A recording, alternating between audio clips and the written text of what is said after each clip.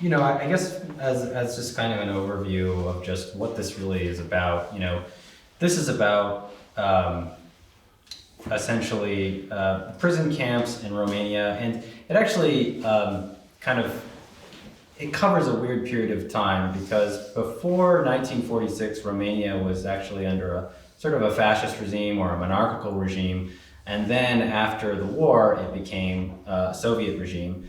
And what's interesting about that, I think, is that it's Valeriu and many of his compatriots were sent to the prisons before the Soviets got there. So they were sent there because of essentially a national fascist regime.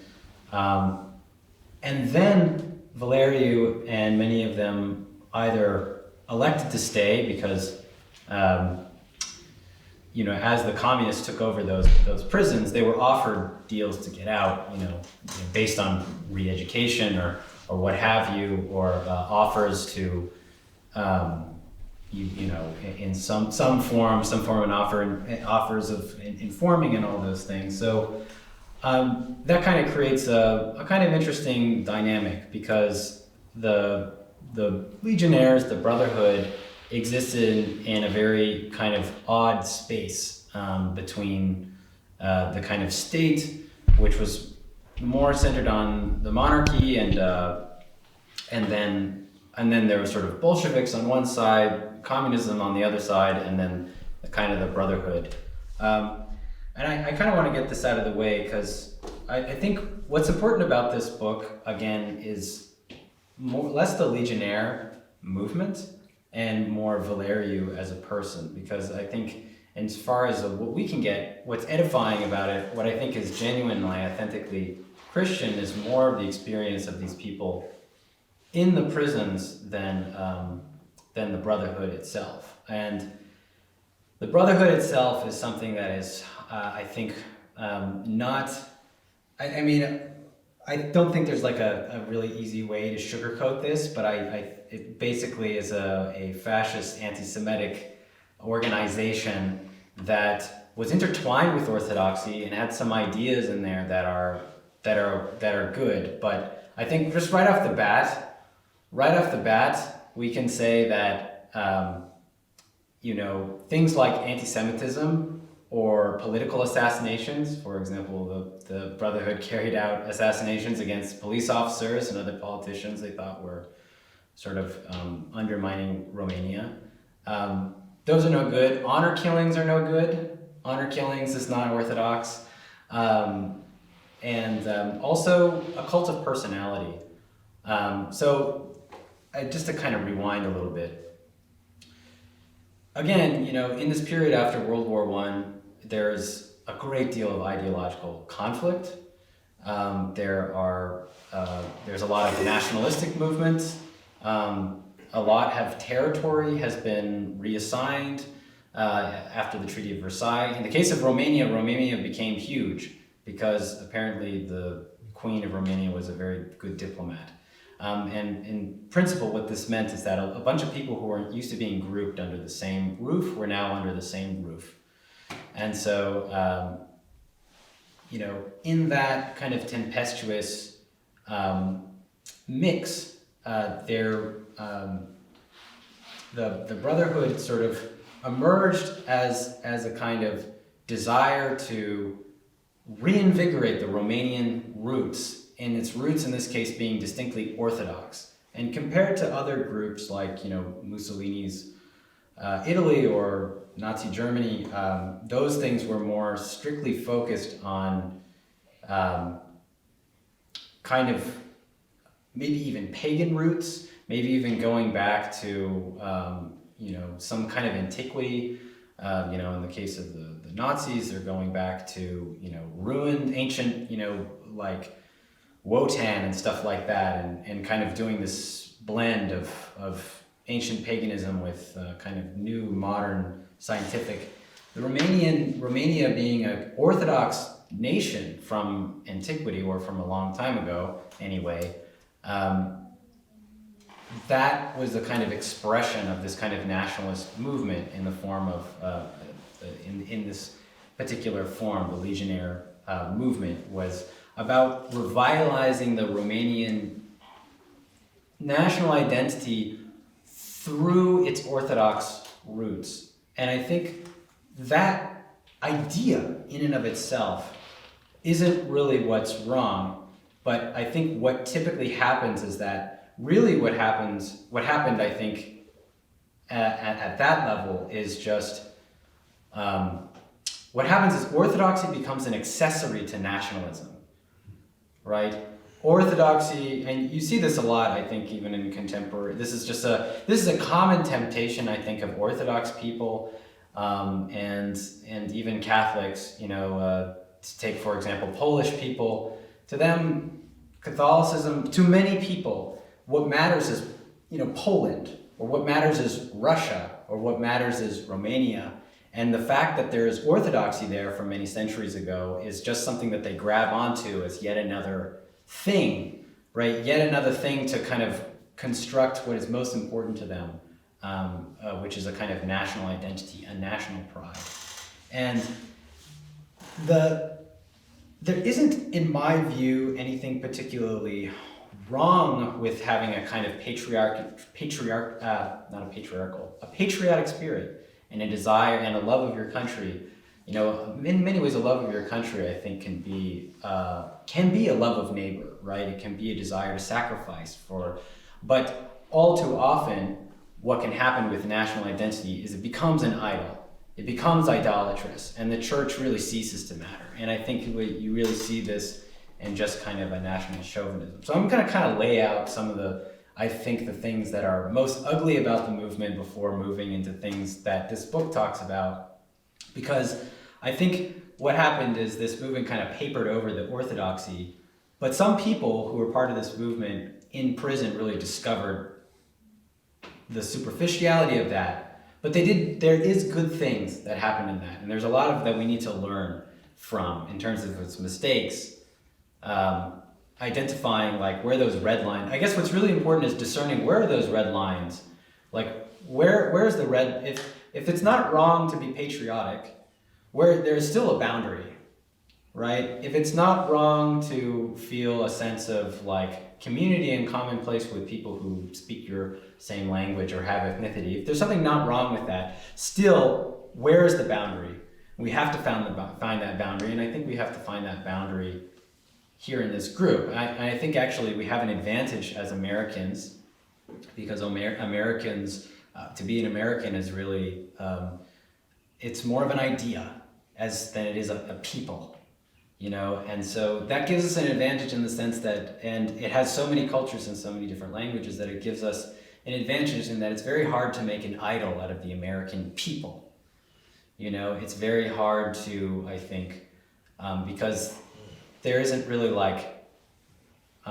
it's such a blend of peoples and cultures that there isn't like this one distinct ethnic identity or even religious identity that really, and furthermore, Orthodoxy is just a really tiny part of our nation and the story of our nation. So anyway, I think to name a few more red flags that I think actually, this is something to watch out. Insofar as we have success, we will attract many people. We will attract many people who are conservative, but there are boundaries to who we should let in. So one red flag, of course, is anti-Semitism. Anti-Semitism is always this red herring. I believe it is nothing short of this. It's this way of taking something that might be otherwise legitimate and making it ridiculous by being obsessed with, all the problems of the world belong to this one group of people, right? The problems that arise in any nation have nothing to do with the Jews. The Jews are not responsible for Weimar Germany. They're not responsible for any of those things. They're not responsible for communism. It's when bad things happen in the world, the church teaches us that the problem is with us, in our hearts, right? The problem is not some particular group of people. The problems of the evil, it's not political, right? It's not a political problem. The problem with humanity is its fallenness, and the solution is Christ. The solution is to overcome that to overcome that in battling the evil in our souls and spreading it. And there's no particular ethnic group that has some, that is uniquely responsible for anything. So that's just one thing, and I don't think I need to belabor that point, but it just is something that keeps coming up, and it keeps coming up even in our society. And I think it's just something that when we ever encounter it, it's just kind of something that I don't think has anything to do with our group. I think it'd be important though to probably take up the fact that it is as prevalent as it is. You see this a lot in the hyperdox world, right? Yeah. There's a lot of people that buy into that. I think it's important rather than just discounting it outright. I mean, to figure out why do they hold to it, right? And try to determine where they go wrong in this sense, or where the problem is. And I think what the start point is, there needs to be the distinction made between somebody contributing to something and somebody responsible for something, right? We're seeing this now in the current situations, right? And not that I want to get deep in that, but I think that a lot of times there can be the beginning of something, right? You could have, for example, one group is unjust to another group, right? Mm-hmm. So one of the arguments, I'm not supporting this, but one of the arguments is, well, one of the reasons that there was such a backlash against the Jews in Germany is because the Jews were landlords, and they were, making it hard for people to have housing and doing unjust things, right? So I think as Orthodox Christians, I mean, first of all, is that a historical fact or not? I don't know. I'm just giving their argument. But what I think we have to say is well, even if it were true, does that give you the right to do the things that you're doing, right? There has to be, in anything that we do, there has to be a proper measure between cause and effect. Right, so if somebody trips and they bump you and then you knock them out cold, right? Is that a proper? You know what I'm saying? So this is the issue. As Orthodox Christians, we should always be pursuing peace. We should always be trying to resolve problems in a non-violent manner. And the problem is that I see kind of underlying all that, independent of the theories that are out there that do get preposterous.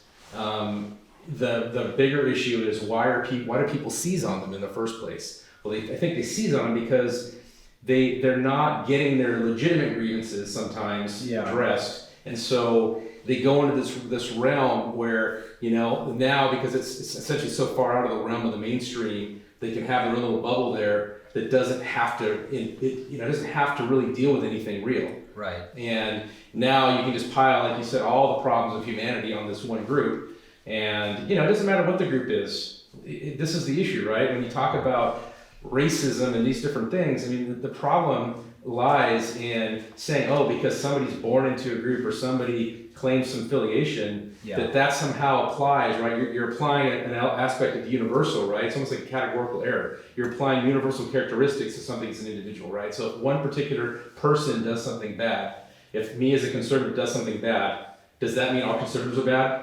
Right? Or whatever the case may be. Mm-hmm. And I think this is where the issue is. People don't make those distinctions. They don't think in those terms. They're looking for something, and they're going to try to seize on that. So I think in terms of how to get out ahead of this, we have to be, I think, prepared to understand that, look, it's not just a matter of dealing with the theory itself, but kind of the psychology behind that theory. Why is somebody seizing on something like that and try to maybe deal with the problem on that level as well? And the same thing for these people, and to try to understand where they're coming from, right? Not just judge them, but be considered a historical context, like we're doing right now. Sure. And what drove them to these kinds of extremes. Once again, not to justify it, but to understand it, to help us not fall into it ourselves, something that's comparable. Right. But also too, we do this a lot. I see this a lot, right? People today are judging the past, right? And they're applying our standards today to people that lived in the past that had very different lives than we have, right? And I think it's important for us to not take up that arrogant sort of approach, but to say, hey, look, this is what was going on. This is what contributed to that. This is where it was wrong. And this is how we should avoid it, falling into those same traps ourselves, because human nature doesn't change in this regard. We are every bit as susceptible. Like I'm sure we've probably all heard this, and it's true for myself, wondering how, it is. You grow up in the world, in the America I grew up in, where it was quite a bit different than it is now. You didn't have cancel culture, you didn't have political correctness, you didn't have any of this stuff, right? There was a genuine, freedom of speech, there was a genuine, people back when I was in high school, they may disagree with you, but the reality of it is that they're not going to hate you because you're of a different opinion. And so we could that whole agree to disagree. That was a thing. You know, people would say, hey, I don't agree with you, but I respect your right to have that opinion. And that's what's gone now, right? So I just want to make sure that we don't fall into that on the other side, because that's where it always starts, right? You know, we can intelligently, if we're confronted with something like this, we can intelligently deal with it, rather than just say, oh, you're a kook, you're a freak, whatever, get out of the group. Right. So I know you're not saying no, that. yeah. And I think it also, you know, this is a very much a time period as well. Like the discussions about anti-Semitism in particular, they're not unique to Romania. They're very much like a part of that time period, a part of the general European political climate, and also an extension of the general European relationship with Judaism, which is very long. There are many pogroms. There are many times where Jews have played extremely prominent roles in state building, in finance, in building the banking networks and so there's a lot there, and we really don't need to go into any of that. We don't need to go into any of that. It doesn't really matter. I think what just the bottom line here is that, and then the flip side to that though is that there is an emphasis, a very strong emphasis on the national Romanian character and resuscitating Romanianness. And there's something to me in there that is not necessarily, is like both good and bad, you know? I think one of the things that I think is really, how should I say? Well, one of the things that really strong ideologies like Marxism try to do is erase the past. And they try and erase the past. They try and by that I don't mean they try and like tell a different story about history. They do that, but really what's more important is they just try and reconceptualize all the traditions. So like, what does it mean to get married in Soviet Union? But prior to the Soviet Union, marriage meant basically orthodoxy. Marriage meant God. There was no like secular state marriage. There is simply the sacrament of marriage, and that's true in the West and generally for a long time. The communist regime comes in and it has to redefine that. It invents, maybe not by itself, but in some ways, some new idea of what marriage is, and what that does, I think. And if you do that for everything, marriages, burials, concept of ownership, etc., you can go down the line, is essentially, it's an attempt to get rid of a previous identity, to kind of create, and I think many of these ideologies, including people on the right and the fascism, they try and create a new man. And to create a new man, you have to destroy old identities. When people don't have a strong sense of identity, they're very easy to manipulate. Because they don't have a strong sense of, a lot of our identity is like, what are our values? What are our core beliefs? So in that sense, you know, we exist in time and space. That means that we live in a certain place and we speak a certain language and we're part of a certain history. And those things are good things. Those things are an inheritance. But of course, the way that the human heart is like an idol-making factory. It can turn things into idols. But at the same time, just because you can turn a good thing into an idol does not therefore mean that thing doesn't have a kind of intrinsic good value. So the things that our parents and our parents' parents they passed down to us, little traditions, are things that I think are worth holding on to, worth perpetuating, as long as they're kept in their proper degree, as long as we always remember that we're putting the church first, and that when those two things come into conflict, you know, Christ and the church comes out on top. But as an American, for example, things like democratic process or things like freedom of speech, these things are our traditions. And these things can be brought into the communal life of the church. The church always comes to a region and it doesn't just blast it away. You know, when Christianity came to Russia, it didn't blast away Russianness and then all of a sudden they were building Byzantine cathedrals and stuff. Rather, quite the converse. It remained Orthodox in its essence, but what happened was whatever the traditions that were there were either they vanished or they were assimilated and they were given a particular expression. So just as the most obvious and trivial example, you can look at a Russian cathedral and it looks a certain way. You can look at a Byzantine cathedral and it looks a certain way. And the fact that they look different is not, the Byzantine cathedral is made of stone, and maybe you have churches in the north of Russia and they're made of wood. Or you have churches that still in Scandinavia, they're all made of wood. Those things, they're actually not, I want to actually submit to you, these things aren't really trivial. These things are actually a treasure and inheritance, and when the church comes to them, it kind of takes them over and can sanctify them and make them holy, and in the sense that they are brought into the service of God, they are brought into the service of the church. So in that aspect, the fact that, when Christianity comes to a nation, it transforms it. Just in the same way we are sanctified, right? Our own bodies are a temple for the Spirit. Our own bodies are a temple for the Spirit, and when we give ourselves over to God, our bodies aren't obliterated, right? Our bodies are made new.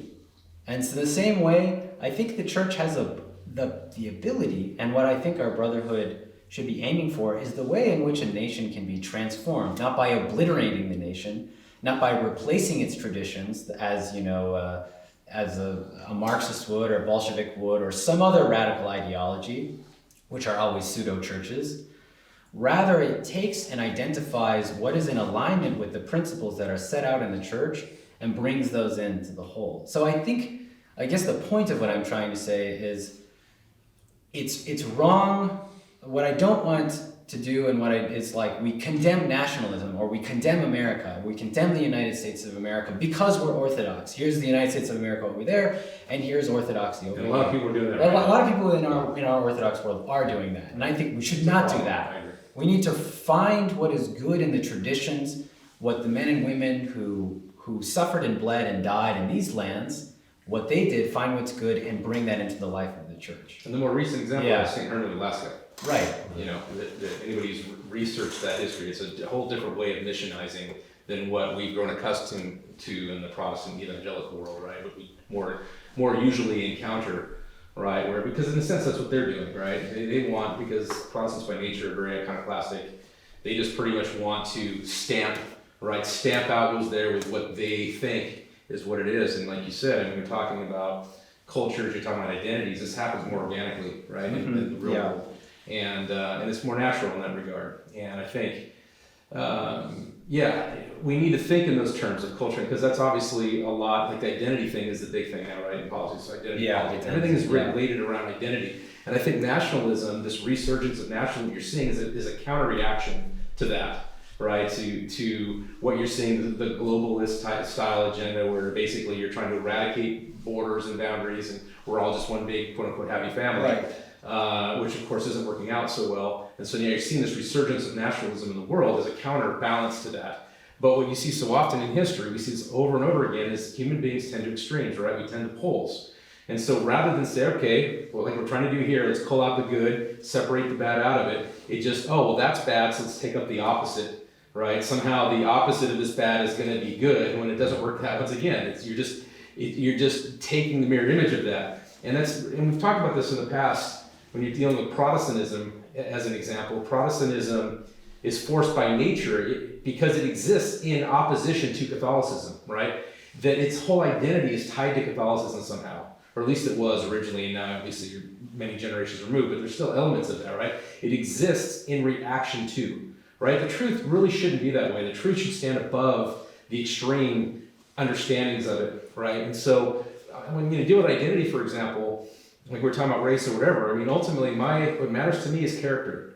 I don't care what color someone is, I don't care. I mean, none of these things are important to me. As an Orthodox Christian, the only set of values we really should care about, like Paul says, is our Christian values and how those translate through culture, right? And the culture is a way of approaching the world. And so yes, you want things to kind of flow top down, but in a sense too, there's a wrestling. The people are adopting these things in their own way, and that's what produces truly Christian culture. And like you said, why things are slightly different in Russia than they are in Greece. Mm-hmm. So, there's nothing, like you said, there's nothing wrong with that. As long as it's in conformity with the true principles. And not to say every tradition is good either, right? Sure, yeah. But as long as those traditions are not counter, as you said, this is good, and we should embrace them. We should employ them. And I think people just don't have any concept, unfortunately, of that. They just very extremist in their thinking. Not maybe extremists that can go blow buildings or something, but extremists in the sense of oh, well, this is one thing, and I have to do the opposite of that. Right. Throw the baby out with the bathwater is the expression, right? Right. So, with those different ideas, and it's really, really interesting because in many ways we are living through a repeat of what was going on in the 20s and 30s. In many ways, especially in the culture wars, with just, but also there is a strong concerted effort against nationalism and a strong push for nationalism in our day and age, and we are seeing the limits of globalism. I think globalism has basically had its day, and I'm not particularly sad about that. No. But I think with that in mind, and always I think as we move forward, discerning, the kind of boundaries of our Christian identity, and then our identity as citizens, and our duty as citizens, and our Christian duty to be good citizens as Christians, still always discerning. And I think in this group, I don't think we have that problem, but I do want to just kind of think about that, insofar as we have success and attract people. Right. This isn't about rah-rah America, it is about strengthening America. Because that's what Christians do. What Christians do is they take the society that they're a part of and they make it a little bit better. At least that's what we should do, right? We take things, regardless of the context, you could be working in McDonald's, and you work in a call center. What you do as a Christian is you make what is around you a little bit better. You don't destroy things and tear things. So in many ways, Christianity, and this is another criticism, I guess, and after this criticism, I actually want to get into what's good about, and I'm going to read a bit, but,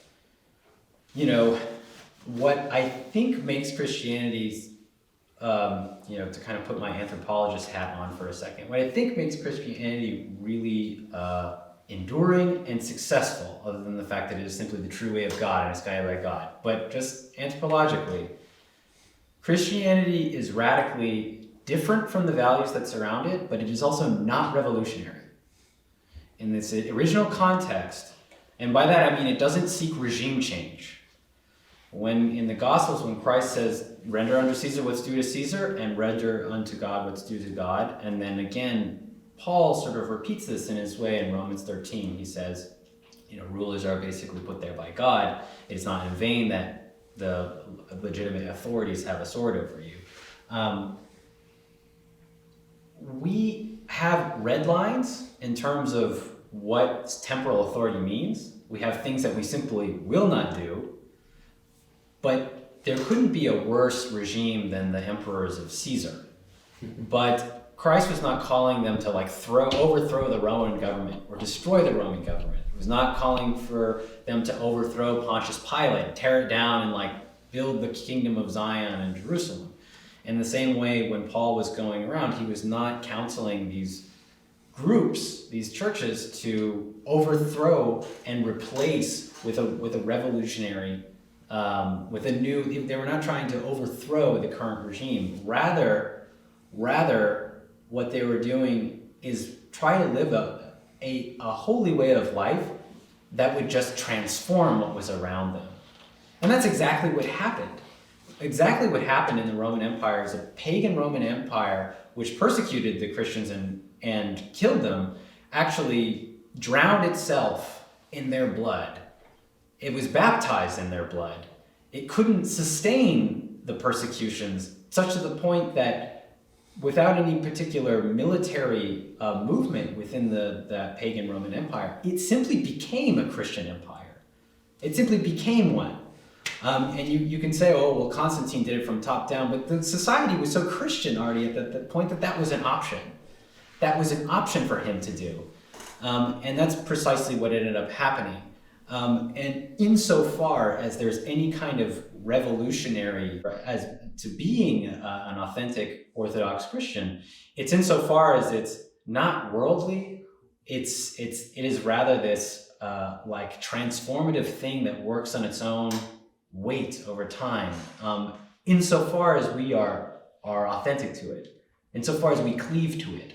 The moment we begin thinking that the solution is political is the moment that it begins falling apart. And I would say that's my final criticism of the Legionnaire movement. It was about revolutionary activity and political life. And sort of the corollary Yeah. that I think we see in our own time, more so, at least in my own personal experience, is sort of like almost an offset in the sense that I see a lot of Orthodox Christians in the orthosphere, not so much calling for, revolution, taking up arms against the American government, or whatever, but they in a sense are wanting to see America fail. Mm-hmm. They're basically stepping back and saying they can't wait to see it fail because it's satanic and it's so evil. And so I'd say the other part of this is that in addition to being correct, it's also practical. With the program you lay out, it's practical. I think people, this is my opinion, but my opinion is that not maybe all of them, but some of the people that subscribe to those views, it's a form of idealism, right? Yeah. They basically, it's a cop out. Hey,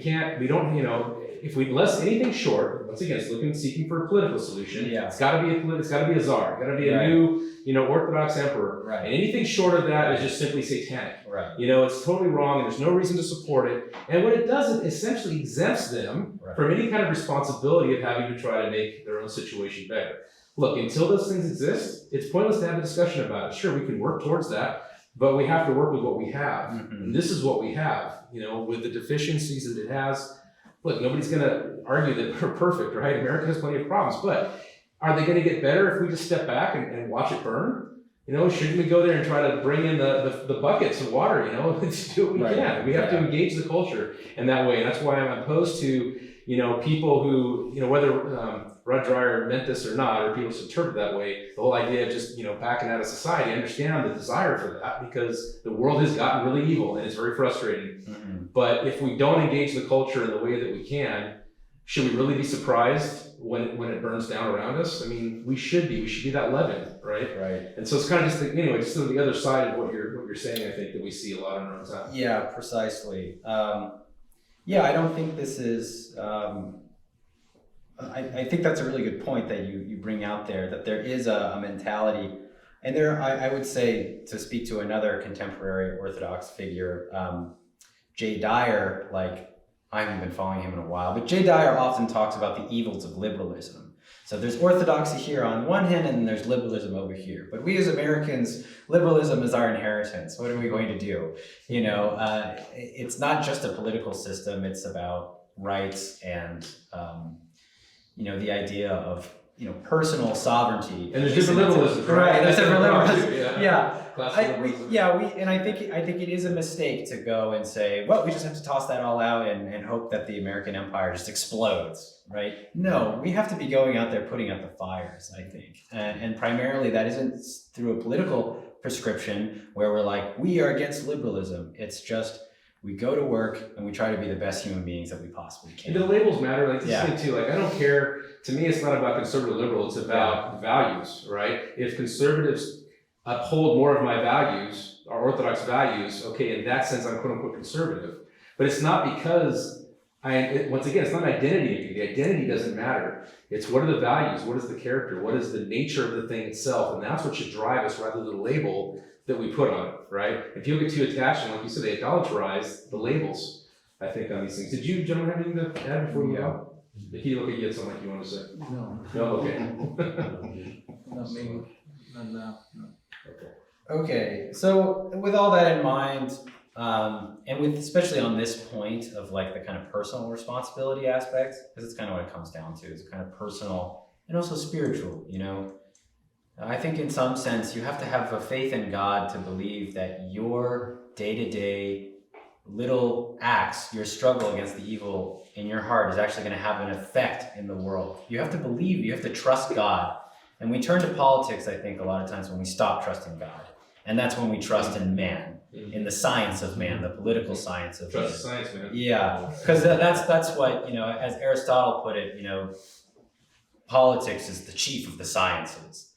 So politics is the like the architectonic science that sort of underwrites all other sciences.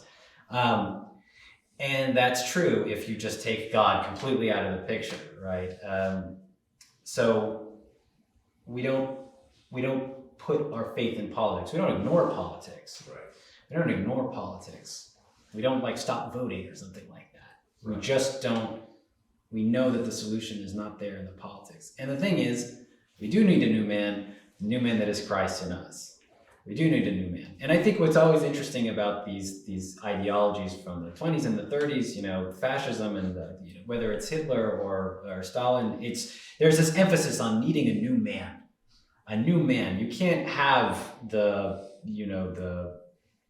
stateless state where everyone is completely equal and desires not to take from their brother unless you have a new man. And I think in many cases, I mean, people got over that. They weren't able to create new men, in the period from the World War II till the collapse of the Soviet Union. And they were, and again, in the fascist case, they were trying to create new men as well, and that didn't work either. But okay, so enough about fascism and communism. I guess I wanted to just read a little bit about the Brotherhood of the Cross, insofar as it has something that we can learn about. So I guess I'm going to read a little bit here. So Legionarianism was, from a spiritual point of view, and in spite of all human shortcomings, a preparation for martyrdom. This was clearly reflected in the Legionnaires' behavior in communist prisons, where they showed the true measure of their worth. Of the hundreds of thousands of political prisoners, this is page 31, by the way.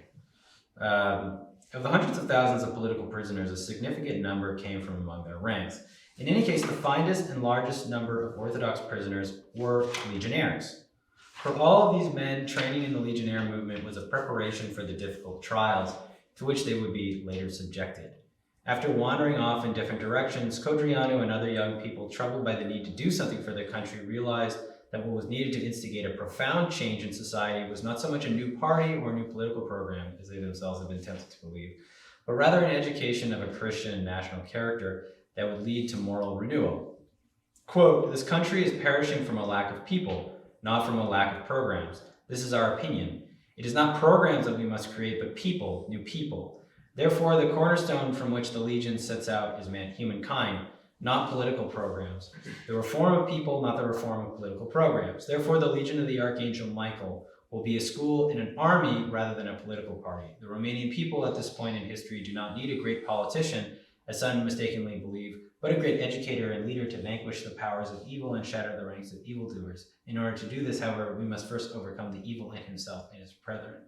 I'm just going to add just a little footnote here. Insofar as this goes, so this is actually coming from Codriano, who was the leader of who founded the Brotherhood of the Cross. It's ironic that he's saying this in many ways, because really the Brotherhood of the Cross became in many ways a cult of personality around him. He had an iron grip on that group. But what he's saying here is true, because what he's saying here is really no different, I think, than what St. Paul writes in Romans, which is about the need that in baptism we die, right? That we might be reborn to Christ. And that's very much at the heart of the gospel. That's very much at the heart of Christianity, which is that when we are baptized, when we come to Christ, when we are converted, even in confession, even in all the sacraments, really what they're about is renewal. They're about putting off that old life and entering into a completely different radical way of life, the life that Christ lays out for us. And the way that he lays it out in his conduct and then is passed through to the apostles. So I just want to bring on that point, because the new man thing is something you see a lot in political ideologies, but it's really just a sign of Antichrist. It's a sign of false churches. And only in the Orthodox Church is there a potential for a new man to exist, insofar as our fallen human nature allows God into our life. Well, I think we should probably delve on that point for a minute. Yeah. So the difference, again, we got to start thinking in terms of distinctions. Right. Okay, these two things look the same, and they are the same in some ways, but they're also different in other ways. What's that difference? What constitutes that difference? And I think that part of it, at least, maybe not the totality, but part of it is the fact that our new man respects the existing man. Versus, if you look at these ideologies, they're trying to stamp out, once again, it's a matter of destroying what was there to impose a new form. We don't do that. In Christianity works with us where we are. It takes what we are, it transfigures it, right? It's not destroying what was there, it's making it what it was supposed to, bringing it back to what it was originally designed to be, right? Yeah, right. So that's different. We're not destroying, there's no destruction involved. There's moving past, because sin doesn't have any true existence, right? The sin is a, it's a privation. It's a lack of something that should be there, as we've talked about before. So it's a matter of removing that sin. It's a matter of removing that distortion, right? So the thing itself can function the way it was intended in the first place. Yeah. So I think that's a very different thing versus these fascism, all these tyrannical, totalitarian systems are crushing, forcing conformity, right, to this external form. Versus with us, our conversion has to be internal. So it has to derive from the inside out rather than be imposed really from the outside in. Right. And I also, what makes it different is that in this transformation is only possible insofar as we give ourselves over to God, to something that we can't control or predict or fully understand. Whereas the new man project of either communism or Nazi Germany is really man designing man by virtue of the science of politics. Mm-hmm. And that therein, right there, it's already an anthropological view rather than a theopological view. I don't know what the opposite is. Anthropocentric. It's an anthropocentric, right? It's modern ideologies. They're anthropocentric. They make an idol out of man. And I also, what Nazism and communism both focused on is destroying their enemies, winning, stamping out dissent, destroying, and whereas the Christian historical example is quite the opposite. It's rather allowing yourself to be killed, right? Allowing yourself to be, as Christ does, right? Christ, there's even a line in the Gospels where I think like Peter chops off a guy's ear in the garden or in the Mount of Olives. And so he chops off the ear, and then Jesus says the famous live by the sword, die by the sword. But also he makes this line where he says this line where, don't you think I can bring down like legions of angels to destroy all these people? He's God after all. But he doesn't. He doesn't out of his love, his great investment in his creation. And so he allows himself to be killed and humiliated. Not just killed, humiliated, right? Spat upon, that he might forgive those people spitting on him. And we have to do that too. And that's very unnatural. That's very unnatural. That's very contrary to fallen human nature. It's actually what we're supposed to be.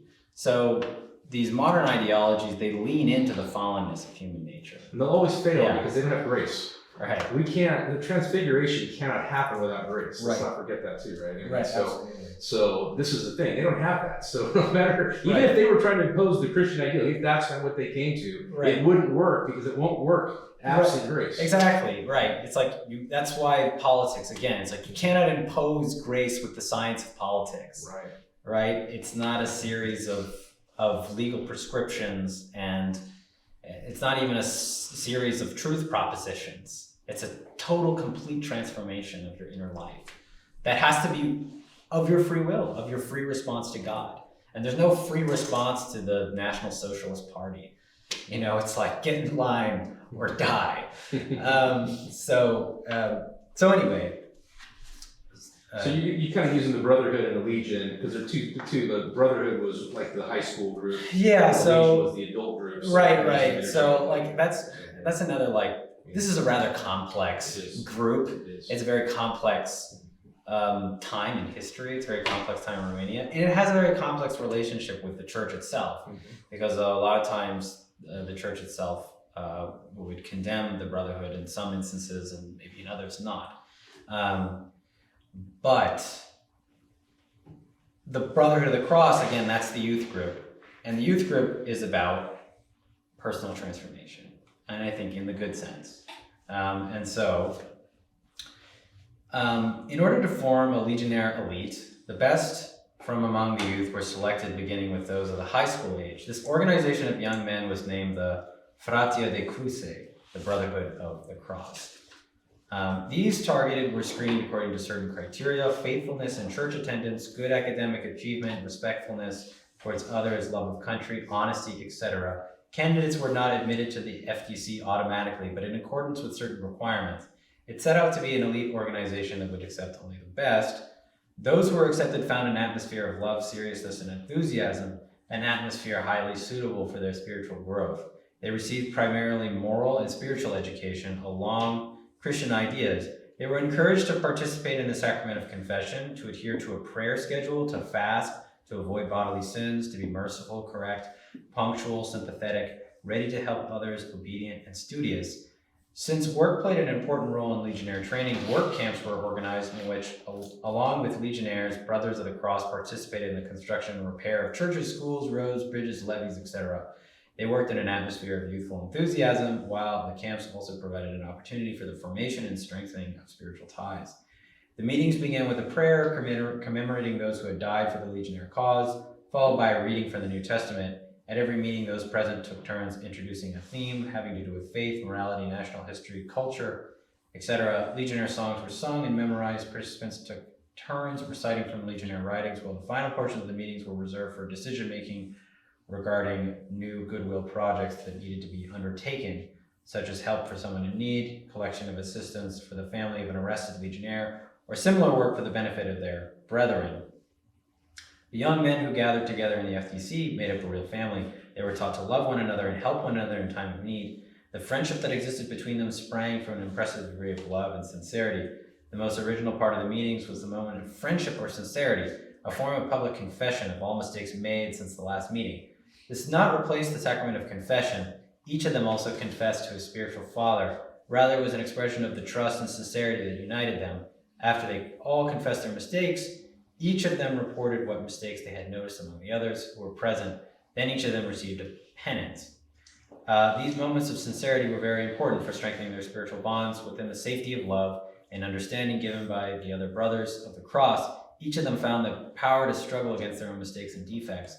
All the natural noble aspirations of a young soul, friendship, sincerity, love, sacrifice for lofty causes, found fulfillment in the warm atmosphere of the FDC, the Brotherhood of the Cross. And there's more here about that in its relationship to like specific a Romanian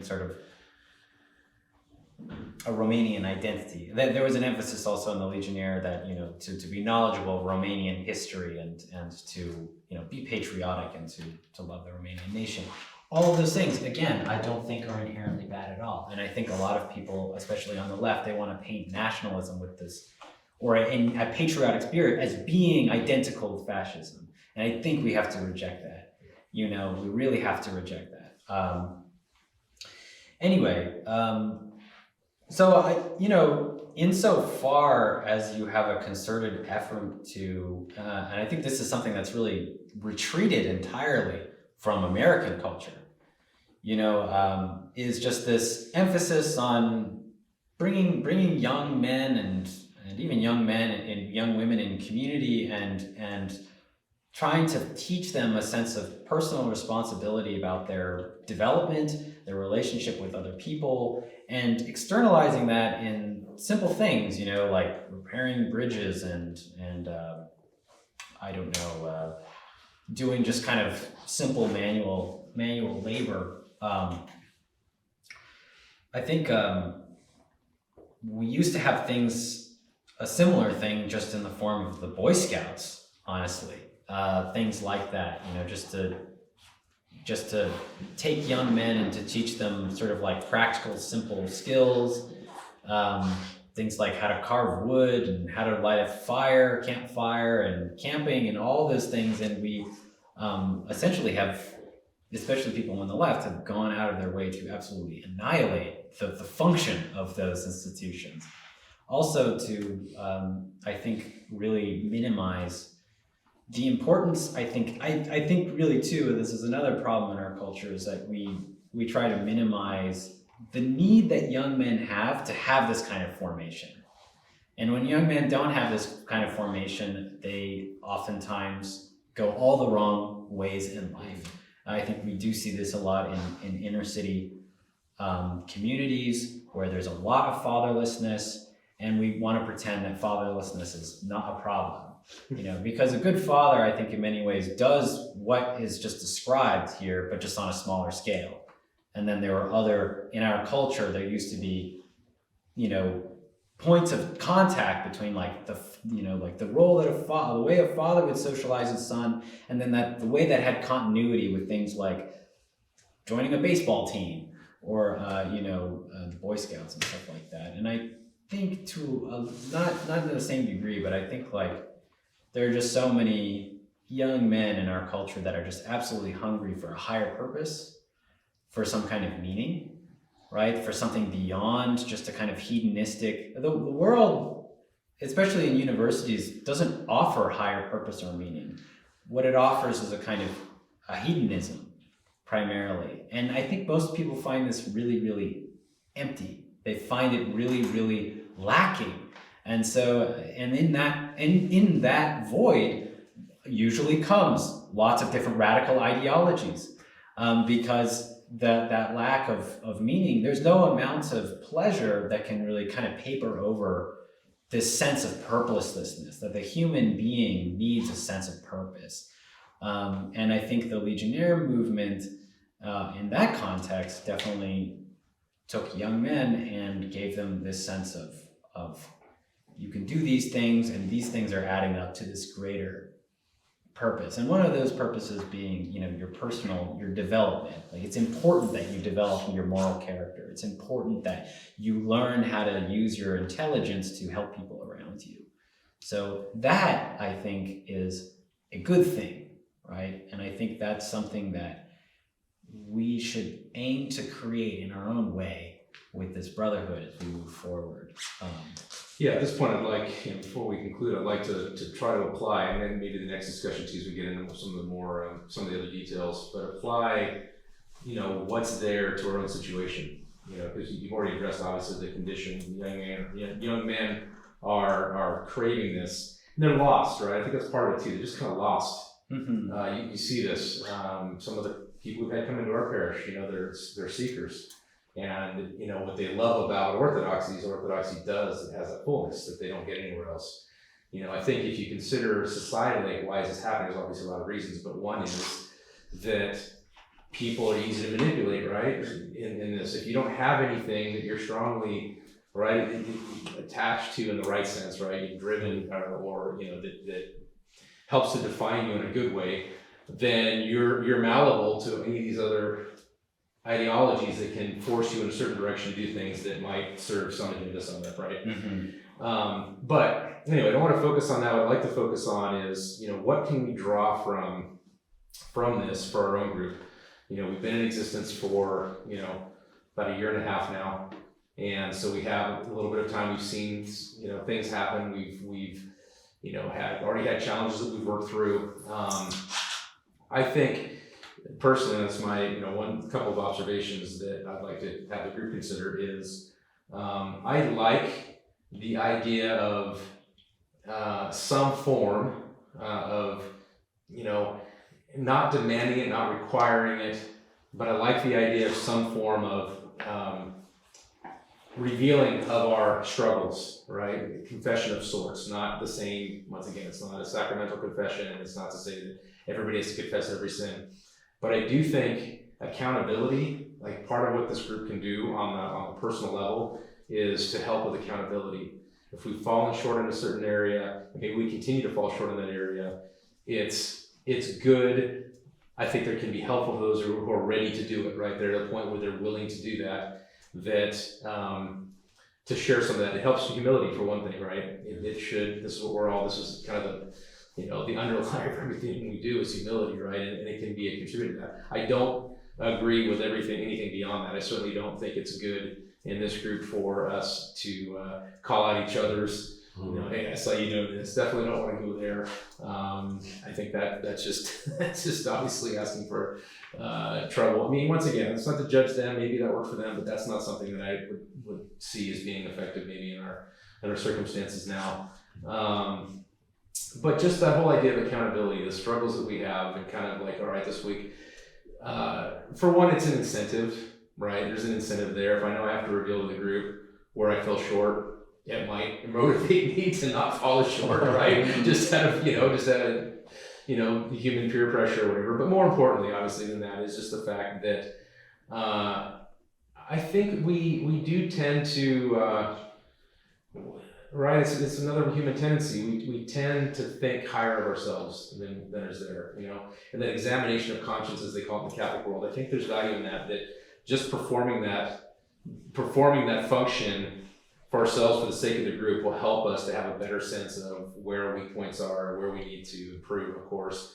And also to recognize our need for grace once again, that despite all these things that we're doing and where we think, maybe we've had successes or whatever, that we still have room for growth. There's always that room for growth.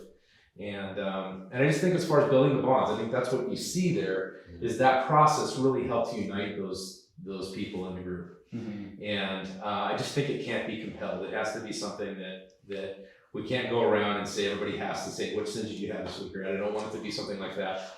But for those who wish to kind of give us a rundown on the week, the things they're comfortable sharing, I think to have a space where that's possible, there could be some value there in that.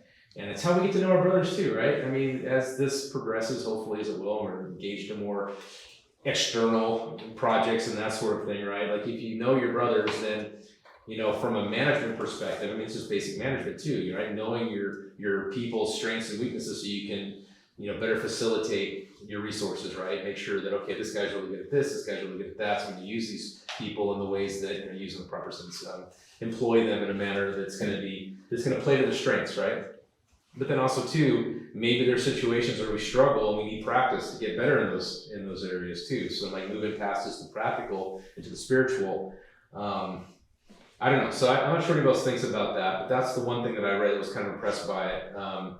That's not something that people, right? Everybody wants to present this face, the best face, right? This is who I am. I'm this person that, is super awesome, right? And you see this so much in the digital world, right? Everybody creates these profiles, where they get to pretend, right? That there's somebody that's totally opposite of what they really are, right? And they live with the new Meta thing, right? Like it's just taking it to the level. The new Facebook Meta thing, right? You can create this whole Meta, yeah. You can have your avatar. Your avatar, you're literally like living in this fake world, right? So, and that's the direction the culture's headed. So, I mean, to counter that, and in ourselves, I think it'd be valuable to at least consider some minor form of that. It doesn't go any further. So I don't know. What do you guys think? I think there's definitely value. I think it is important that we share our struggles. One thing that I should have done, for example, was I should have told you guys that my grandfather was in hospice, because then you guys could have prayed for him. The Orthodox Church is all about people praying for each other. We pray to saints so they pray to God. We pray to each other. Everybody has to intercede for each other, because if God should mark iniquities, who will stand? So everybody has to. We have to, I think, fight it's very easy as modern people to really just live completely compartmentalized lives, where we meet people like, for example, I get along with the people I work with. I go there, I talk to them. They might even be my friends, except I only know them there. and I won't know them when I leave that job, I'm not going to see them ever again. And that's perfectly fine with everybody involved there. And what that really means is there's no actual real relationship there. There's no community there whatsoever. There's just a relationship of convenience, a happenstance, which is not to say anything bad about anybody. It's just like, that's just the way it is. That's the nature of the workplace. And I don't think the opposite should happen in the workplace, by the way. I don't think that what we should have is like, we should, because there is the concept of the work fam. Not into the work fam, not into like making your corporate life your family. I think that's ungodly. Yeah. But we can't. But that attitude is not relegated just to a workplace. It happens in all of our different like segmented lives, but it shouldn't happen here in the church. That's not that. I don't think that's what Christ is asking us. But with that, it is a hard thing that I think we could just take little steps. So. Maybe that is, I think maybe confession is like the wrong way to call it. Yeah, it's the wrong word, but just like sharing our struggles, we could begin them. I mean, they began the meeting or ended the meeting, I can't remember, but either way, we could just kind of talk about, well, these are the things I'm struggling with. I struggle with my prayer life, or I struggle with this thing, or report on the week, right? To kind of keep it, this week, this is because it's going to change sometimes too, right? Yeah. So it's kind of just it's an accountability too, not in a way that's going to be, because you could definitely go wrong in a bad direction. I mean, obviously, if it goes too far, issuing penances and all, no. Right, okay, but no, we've got to keep the sacrament over here, and the sacrament is a separate thing, but just this whole idea of accounting, right? I mean, if this is more than a social club.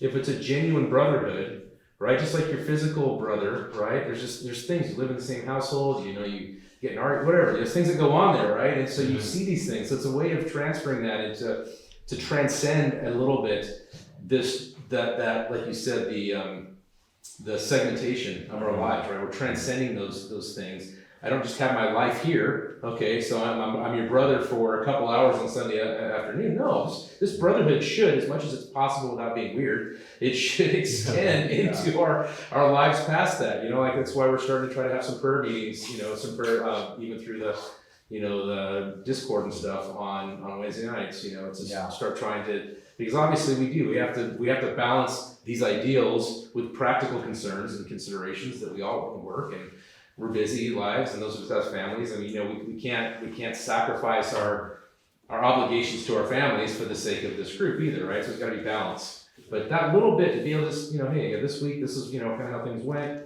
and then like you said, we're helping each other. Maybe something that one of us has already worked through, so they can offer some advice. Yeah, I used to struggle with that. I tried this, and it kind of helped me out. And then we're sharing ideas too, just kind of improve and grow as well. Yeah. So anyway, once again, I don't want to make it like mandatory, but for anybody who wants to do that, I think it should maybe be available. Next week, open the floor to that. Yeah. We could just say before anything, I mean, I won't be here, but, just in general, we could, after we do the prayer, open the floor towards that kind of thing, whatever we want to call it, and then jump into whatever the designated activity was. Okay, sounds good. Yeah. We can have the rest of our business. We'll do the rest of it once we turn the camera off. Okay. For those who need to go or whatever. So, is there anything else before we? I think that concludes the discussion of the book for today. Thank you.